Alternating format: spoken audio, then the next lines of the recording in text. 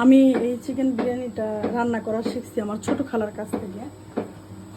ছোট খালা এরকম দমে বসায়, তারপরে দমে বসায় না, মানে এরকম ভাপে বসায় আর কি বিরিয়ানি রান্না করে। আমি এই যে গোশটা একটু মটরশুঁটি দিয়ে কষায় নিচ্ছি বিরিয়ানির মশলা দিয়ে, তারপরে ভাতটা একটু মানে পোলার চালটা একটু সিদ্ধ করে নিচ্ছি। এখন এটা পাট পাট করে দিয়ে দিব ইনশাল্লাহ। একটু গোশ দিলাম, এখানে একটু বিরিয়ানির মশলা দিলাম, আর এখানে হচ্ছে টুকরা করা পেঁয়াজ 2 পিস পেঁয়াজ দিলাম, একটা কাঁচামরিচ, আর এই লেবুর টুকরাটা দিয়ে দিব। এরকম পাট পাট করে যখন পাট পাট করে করবো, এইভাবেই সবগুলো করব। আমি তো গোশের সঙ্গে পেঁয়াজ দিই নেই, পেঁয়াজ বেরেস্তাটা দিয়ে দিব। এর জন্য পেঁয়াজ বেরেস্তাটা একটু একটু করে যখন পাট পাট করে লেয়ার করে করে বসাবো, এইভাবে প্রত্যেকটা জিনিস একটু একটু করে দিয়ে দিব।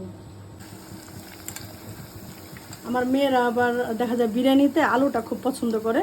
এখানে আমি নতুন আলু মনে হয় পাঁচটা বা 6টা আলু এরকম হালকা একটু সিদ্ধ করে জর্দা রং দিয়ে একটু তেল দিয়ে ভাইজে নিলাম আর কি। এখন দিয়ে দিচ্ছি 3 পিস করেই দিব। হ্যাঁ আলহামদুলিল্লাহ, মানে একদম লেয়ার লেয়ার করে দেওয়া শেষ। পোলার চালটা মনে হয় নতুন নরম হয়ে গেছে, একটু নরমই মজা। এটা ঠিক, আর একটু ঝরঝরে হলে বিরিয়ানিটা দেখতে সুন্দর হয়। কখন যে হবে আমি খাবো আর কখন। এই যে হয়ে গেছে ইনশাল্লাহ। এখন একটু বসায় দিব তাওয়ার ভিতরে। আমার মুখ থেকে পানি বের হচ্ছে।